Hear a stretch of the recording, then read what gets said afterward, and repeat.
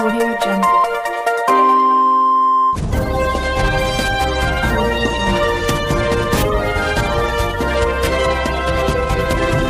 आप देख रहे हैं लोकल टीवी न्यूज 24x7, सब पर नजर, सबकी खबर। अगर आप पहली बार हमारे चैनल लोकल टीवी न्यूज को देख रहे हैं तो कृपया चैनल को सब्सक्राइब जरूर कर ले ताकि सभी खबर आपको सही समय पर मिलता रहे। चलिए नजर डालते हैं आज के कुछ खास खबरों पर। बजट 2022। राष्ट्रपति के अभिभाषण के साथ ही संसद के बजट सत्र का हुआ श्री गणेश। कैसा हो हमारा बजट, सीए, व्यापारी और आम लोगों ने दिया ये सुझाव। Bhagalpur union budget 2022। संसद कोरोना की तीसरी लहर के बीच संसद में बजट सत्र का 31 जनवरी को श्री गणेश हो गया। वहीं परंपरा के मुताबिक बजट सत्र की शुरुआत राष्ट्रपति रामनाथ कोविंद के अभिभाषण के साथ हुआ।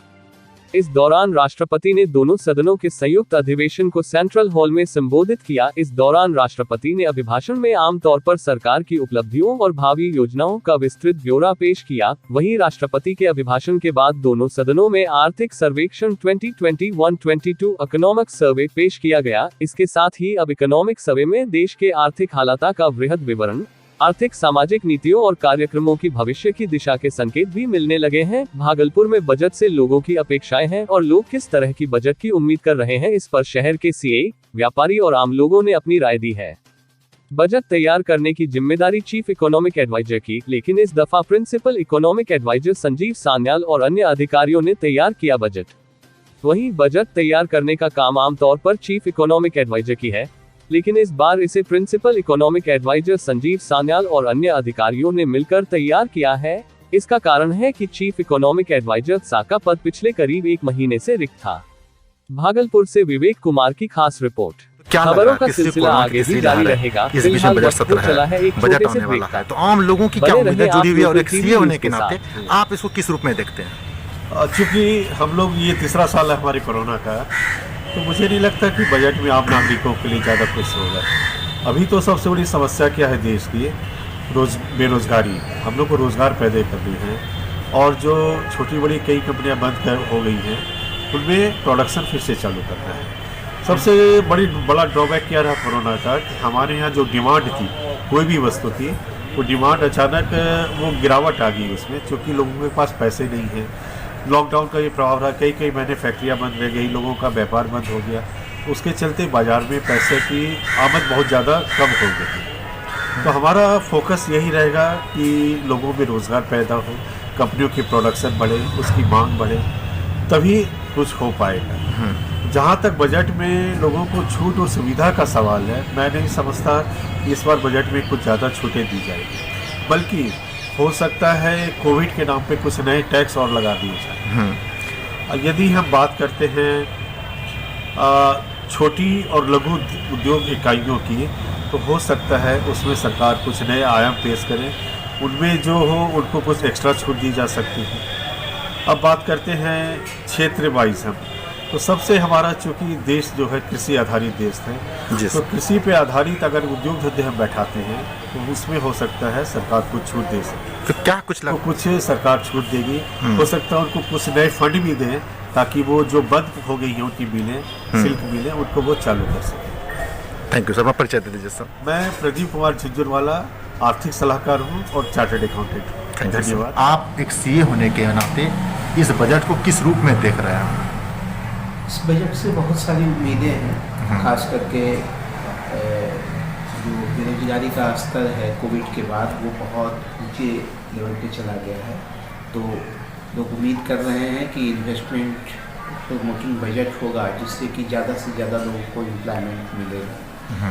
जहाँ तक टैक्स स्लैब का सवाल है तो लोग कुछ रिलीफ की उम्मीद कर रहे हैं कि टैक्स स्लैब में भी जो है कुछ रिलीफ मिलेगा, जिससे कि सामान्य लोगों के पास जो है डिस्पोजेबल इनकम उनका बढ़ पाएगा। भारत एक कृषि प्रधान देश है और किसानों के लिए, चूँकि किसान आंदोलन जिस तरह से हुआ, किसानों के लिए क्या कुछ खास देखने के लिए इसमें मिलेगा?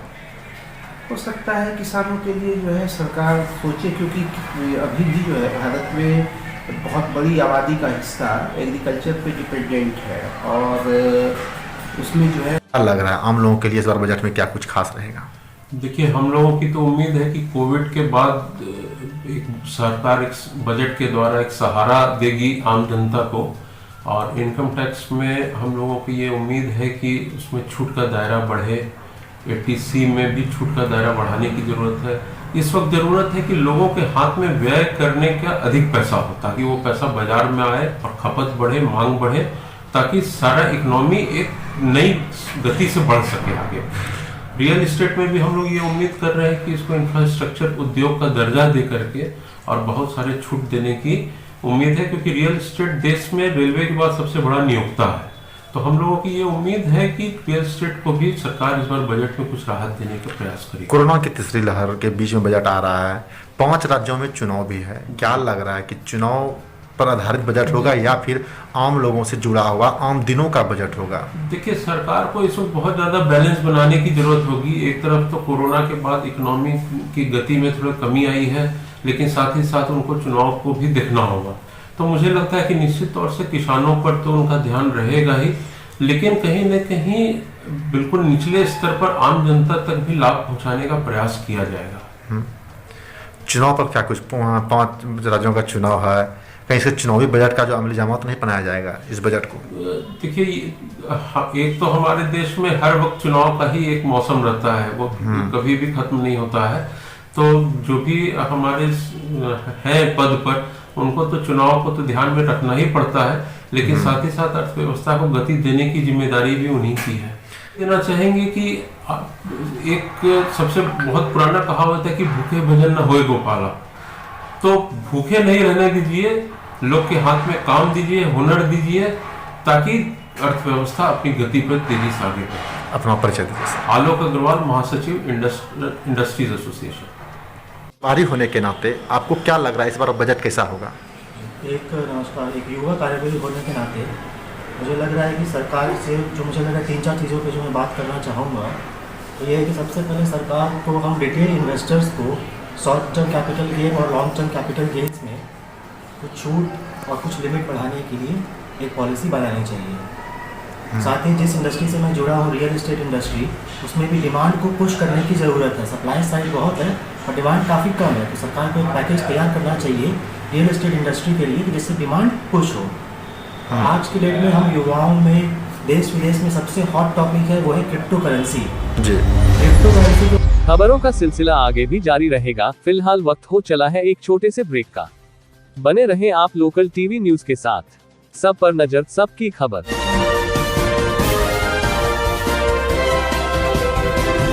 आप देख रहे हैं लोकल टीवी न्यूज 24x7। सब पर नजर, सबकी खबर।